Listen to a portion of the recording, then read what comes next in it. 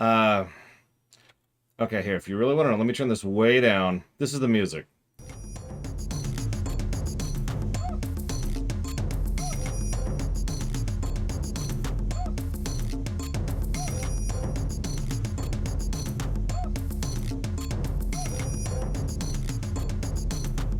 This is it.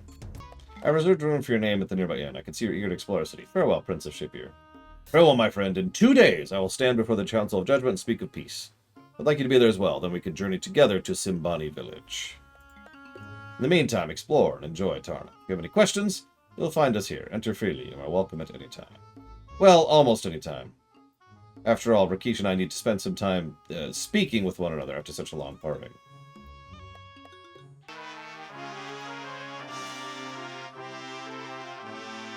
Yeah, Rakesh is about to have hot centaur lion action, which... yeah, that's pretty gross. I do not need all of Tarna to suffer the horrors of war for my daughter. Revenge for the sake of revenge is pointless. Mindless revenge is pure stupidity. Quoted for truth. Alright. You know what time it is. Yeah! Leveling time! I mean, I don't want to sound controversial, but it probably says something that one of the most successful and financially solvent streamers on Twitch is literally a porn star. Which only irritates me, because there's places for that. This is Twitch. You want to do porn, you go do it over there. Someplace safe, preferably. Someplace that's clean and you know, can give you good working conditions. But it's over there. This is Twitch. This is not OnlyFans, you know? Okay, so help me workshop a name. We've already come up with QTube when we replace YouTube. We need to come up with a name for the replacement for Twitch. This is a little loud, but I can't fix it. And we need to come up with a replacement name for like, a safe porn hub, like OnlyFans. Critical Role does well, but they earn it! So it doesn't bother me all that much. Do you know how much work and time and budget goes into Critical Role? Twitface wanders around in a bikini, showing off her plastic tits. Only nudes. You know, actually, I like that. Only nudes. I'm gonna stick with that one. I'm not sure about Twatch. I actually have huge chests, too. I also don't wear something like... I'm wearing a shirt, it's probably not obvious, that is 3 sizes too big for me, because it's comfortable. And I'm wearing a giant coat over it, too. I doubt most people realize how muscular I am, and how big I am, because of how I dress. Oh, you're still deciding? Indian! Get Indian, man. Do it. No, let me think, Brick. So, stream it? Oh, I like that. It's simple, it's effective, it gets across what it's about. Stream it. I like that. I think 10-Headed Hydra wins. Like, look at this. Look at this. I've just got this giant swash of clothing. The only part that I almost fill out is the arms. That's just because my arms are huge. This whole thing, like, it's hard to even describe how much. This comes out like 6 inches from my belly. But it's comfortable. Oh yeah, sorry, I should be like... I don't know what pose to make. Just be like, yeah, there we go. Oh, yeah, there we go. Anyways. Now I gotta get my coat back on. And, for only $150, I'll write your name on my chest.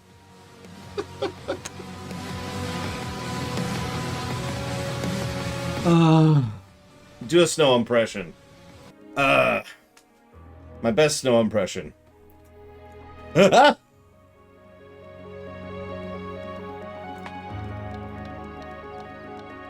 Heroes don't need maxing out communication. There, how's that? Oh yeah, there we go. There we go.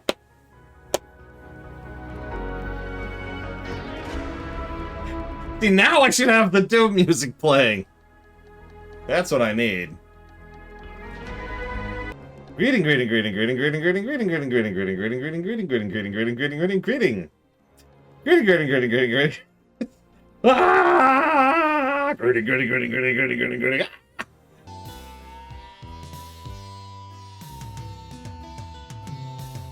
You suddenly feel a little strange and very dizzy.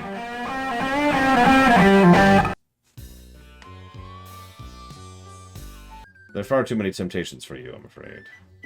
I'm not I have honor, dude. I have a good honor stat. In fact, I can't even tell you now. Still, you have shown yourself to be a force for great good. I honor you for that and count you as my friend. Could you stop, like, insulting me every time you talk about how much I suck? I do not know how your skills will aid our mission of peace, but I trust you will think of something. Dude! Rude! One with your skills must be very clever as well as physically fit to survive, but please try not to dishonor us amongst friends. Dude! It would be difficult for me to justify your actions to this bunny if you decide to borrow something from them, particularly since they will be our guest. I'ma smack you at this point! Yeah, I was gonna say, how about my communication skill of 300? Yeah, we're just sitting there. I mean, we're a thief, apparently, so obviously all the thing we do is murder things and then drink their blood. Rakish. You'll need all your skills to restore peace here. I suggest it'll be most essential for you to maintain a sense of balance about things. What are you, Shahira? Uhura wished to have a child, but a wife cannot be a warrior. She now has Simba, and no man here can claim her. She remains a warrior. That's some casually messed up world building right there. She has a son, so no one can claim her as a woman, so she can retain her legal right as a warrior. I was wondering why she went off to another city to screw some guy, who we never even get the name of, just to get pregnant.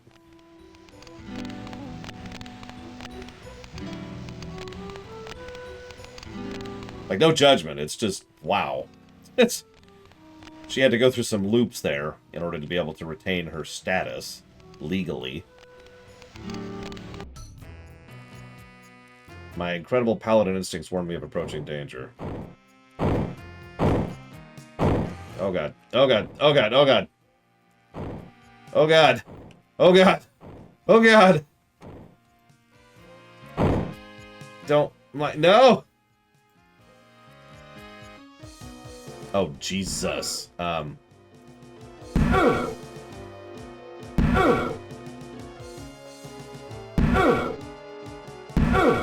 I can't hit it. Oh, I hit it once.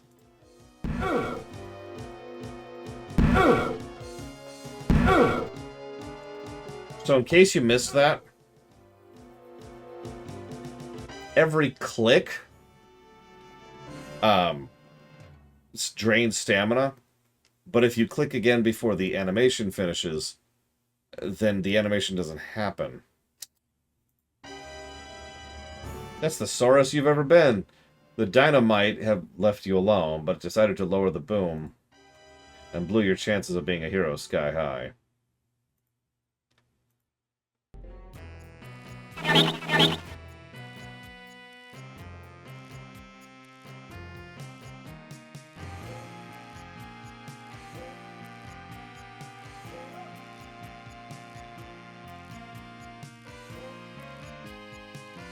SNES, Walker. The localization is almost universally inferior, but the game just plays smoother and has less frustrations, so...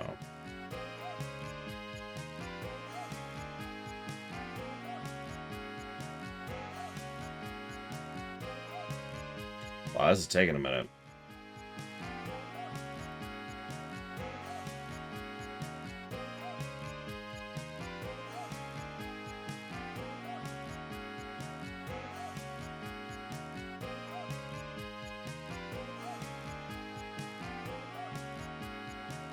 It is a very persistent.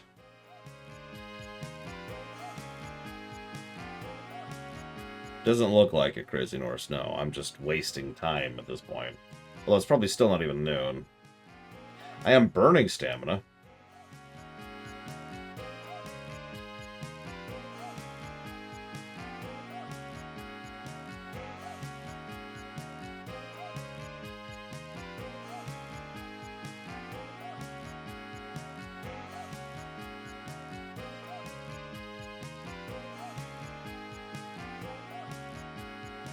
This is actually bonkers that I'm still trying to avoid this damn thing.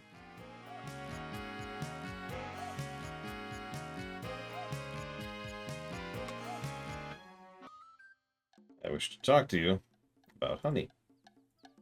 I wish to talk to you about the honey bird.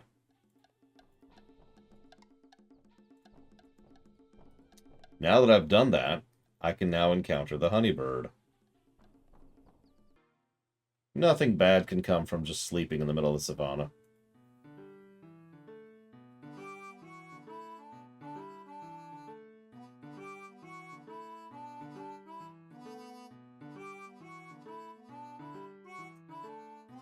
Yeah, I've been told the fan patch helps. Unfortunately, that doesn't really count for a review.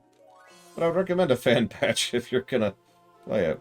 An incredible feeling of living energy flows through you as you enter. You smell the perfumes of thousands of different flowers, all blended together to overwhelm your senses. You hear the sounds of all living things in here, creating a melody which is so beautiful you are moved to tears. It is the music of life itself. It sounds something like this.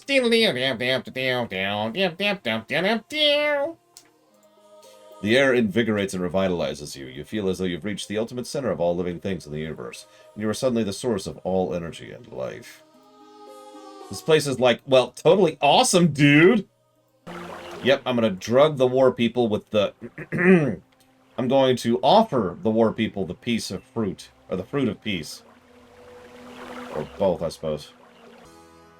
Drink now, soul. That shall be weighed. May you balance the feather of truth. Why am I doing this again? Actually, I do know that flour is quite, I forget what it's called. Easy to ignite. A deep, strange voice speaks. Choose that which you were. A key.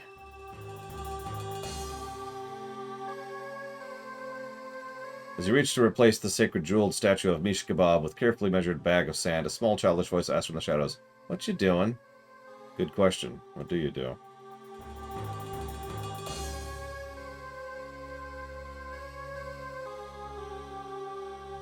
I will give the kid some coins to tell him to be quiet about the robbery I'm doing.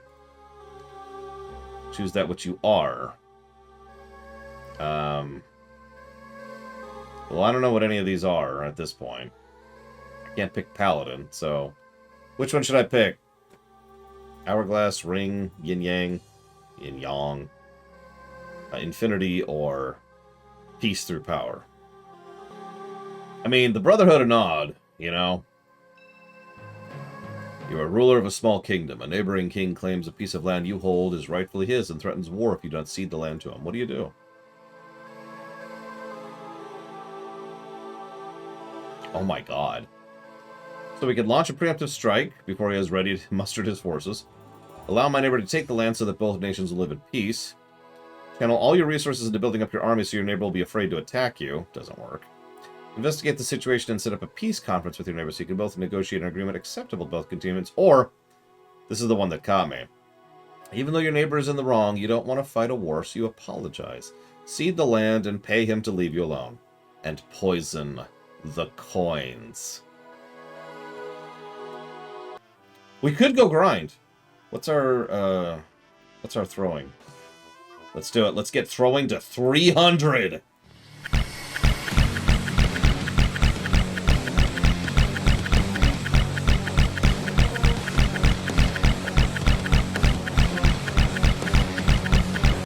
Alright, so first thing we're going to do is going to switch over to sneak.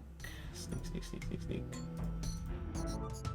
Okay, we're going to go the wrong way. Very important part of the process. RNG manipulation. There's the crack. We're going to use the knife on the crack.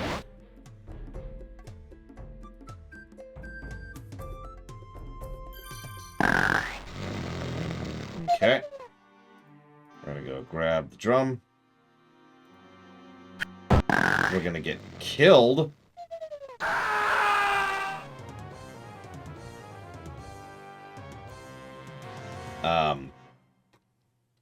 That's confusing, actually. Our stealth is not that low. Oh, never mind. I guess it is 110. Okay. Well, we can roll the dice a few times, see how this works. And then roll some dice.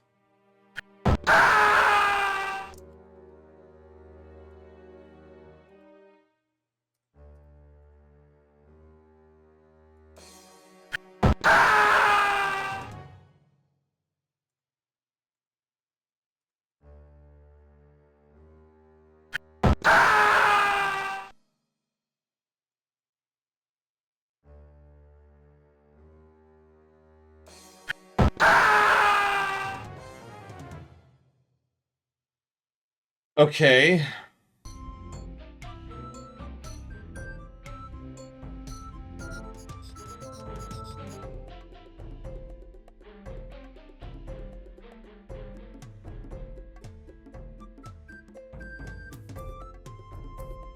Not even going up. Stealth isn't budging. Much as I hate to admit it, Dark Souls is a decent example of something that can do stamina. Well, now I hate that system personally, but it is at least a very deliberately designed system. Stamina is supposed to be a resource that you burn to both dodge and attack. Now, that being said, running should not cost stamina in a Dark Souls game. That's different.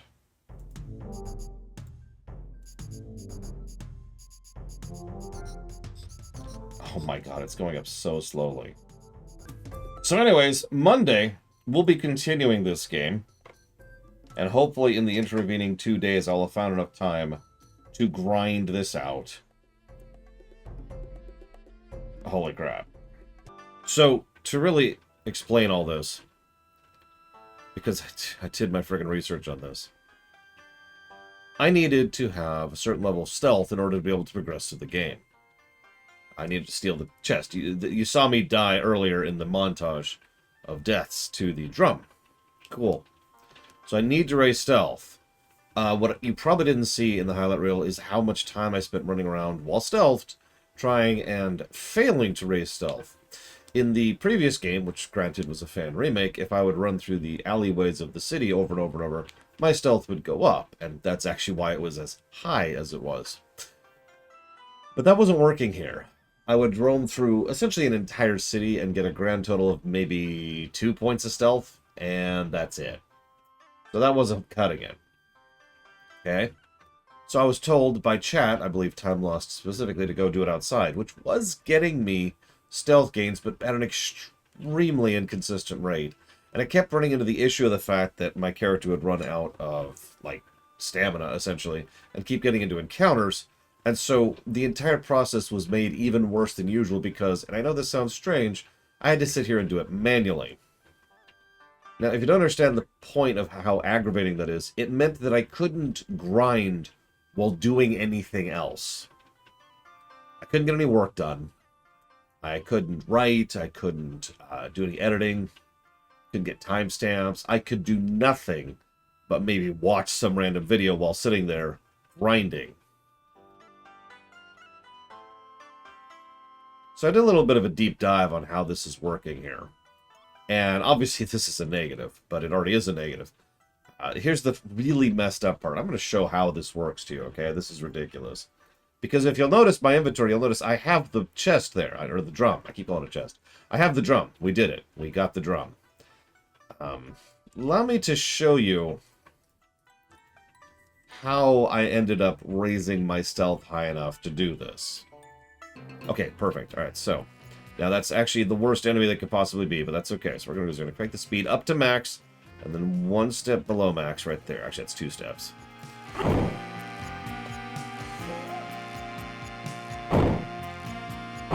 Okay, so we're a little bit too fast, so we need to turn that down a little bit more. Up there. Okay, that's too slow, so now we got to turn it back up.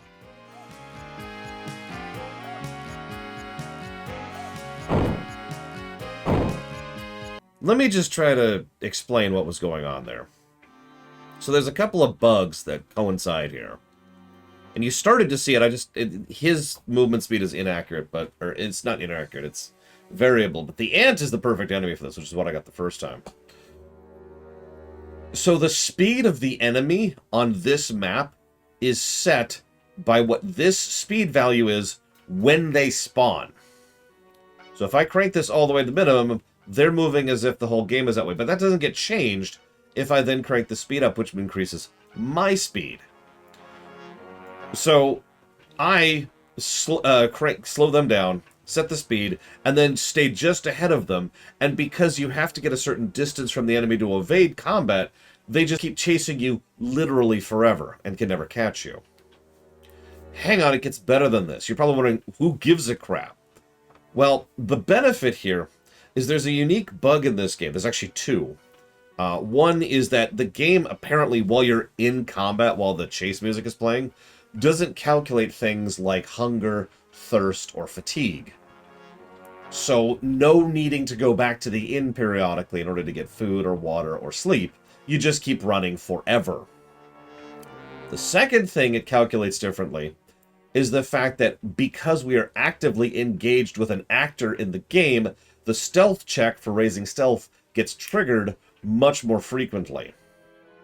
Now, I haven't been able to confirm this, but I suspect that one of the reasons stealth is so hard to raise in this game is because in most of the games there are specific actors designed to check for whether or not you're sneaking past them, and that's one of the reasons why you can raise stealth just by running around in town, for example. But because this game wasn't designed that way or was bugged that way or something, it's not checking that. Now, I'm not sure about that, but I suspect that's what's happening because the rate of gain on stealth when running from a mob is way higher than anything else by a factor of almost 10. So, what I did was I set up this whole bug and ran from the ant and wandered away for half an hour to go do my morning exercises.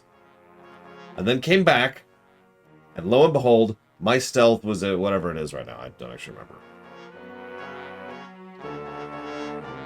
remember. 200 something. It's been raised, but it was at 200 and something. I was like, okay, let's drop a save, and go try to steal the drum. And I successfully stole the drum, and now I have the drum, and now we're done with stealth. We don't need it for the rest of the game.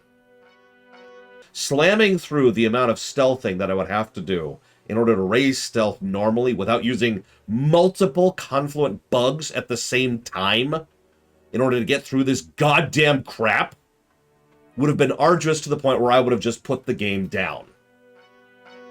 I would have just said, nope, incomplete, we're done with it. If it's not obvious, I am actually pissed at all this. This is unacceptable on every level. Now,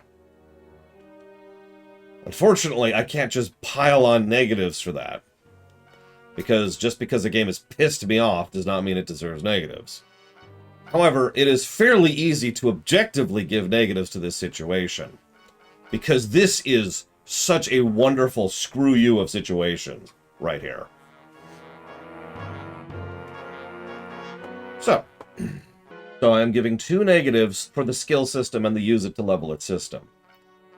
The specific objective reasons why I'm doing so is because of the fact that it is extremely arduous to raise stealth and stupidly easy to raise throwing. Now, I could use other examples of that because there are other examples of that. Honestly, raising magic is actually pretty easy. I could probably grind magic up to full with relatively little effort. Same thing with communication, as we've already shown. Honor, there's actually a way to grind honor to max with relatively little issue. Those are all super easy to raise. But then there's other things that are much, much more irritating and aggravating to raise, such as dodge, parry, and climbing, all of which have their own very specific things you can do, which don't always give skill ups for them. Now, to explain what I mean by all of this, let me drag you all the way back to Final Fantasy II. Now, in Final Fantasy II... Oh, Lux, that's another one. Thank you. Thank you for pointing that out, Time Lost. Luck, and I apologize for losing my temper. I'm just really not in a mood this morning. This got to me, dude. Sorry. So, back in Final Fantasy II, I forget the full list, but there's like swords and staves and bows and fist weapons, all kind of stuff, right? There's all the different weapon types, right? But the thing is, The game doesn't have the itemization to support all these weapon types. So raising this is super easy and worth doing, but this is not. And you see why I'm bringing up this parallel. A use it to raise it system requires other conjoining systems in place to make that work. Now, to be honest, both the previous games did a better job of this. Both previous games that we've played so far did a better job of making it so that there's always options to raise all the things and push whatever it is you need to push, right? Yeah, unarmed is the best weapon in FF2. That's not a joke, by the way. Anyways. But in this case, they dropped the ball. There are some things that are too easy to raise. There's some things that are normal to raise. And then there's some things that are bonkers to raise. And that's the problem. That's the negative right there. That's the irritant. Is because of having to go through that nonsense in order to be able to progress. Or to raise.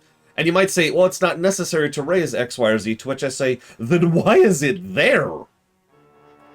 My point is, even if it wasn't something... That's true, Alex. Even if it wasn't something mandatory for this exact game, that it is incumbent upon them as game designers to support that because you put it in the game.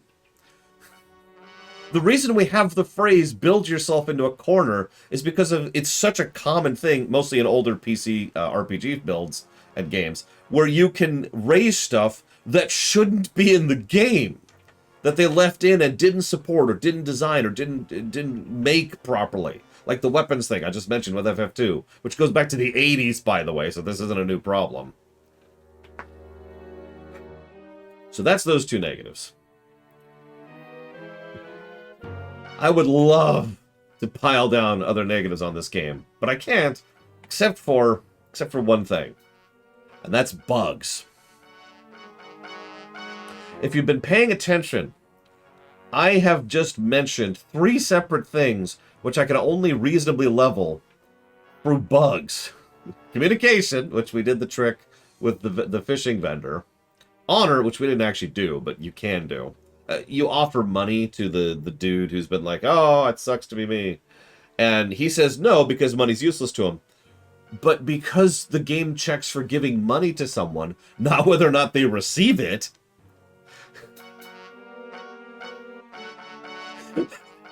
Right? So anyways, and then there's the stealth thing. And the speed thing. And the way the which the game calculates, you know, whether or not you're being watched and whether or not the game calculates whether or not you're going to escape. And just... It's bugged, is what I'm trying to say. There be bugs here, yo. I mean, literally, like 20 minutes ago, you saw me walk out of bounds accidentally.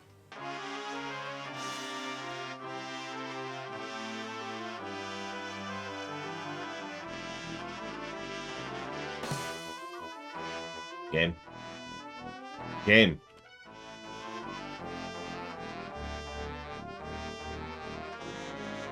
Game.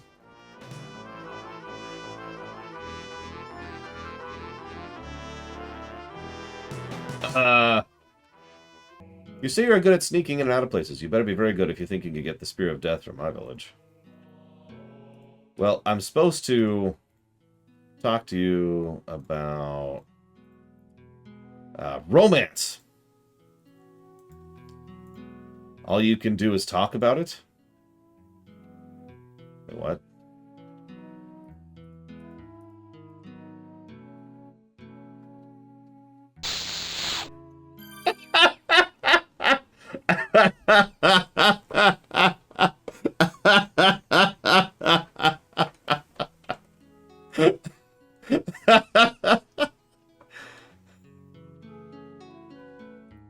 I needed that. I am exhausted from lack of sleep. Yeah, that's because I haven't been stealthing in combat. Obviously! I think we can all agree. Can we all... some of us, you know, like pancakes. Some of us like waffles. Some of us prefer baseball. Some of us prefer a real sport. Some people like rock and some people like country. Can we all agree, all of us, as one species, as one people, agree that Christmas songs suck? Can we all come together on this one point and just be like, you know,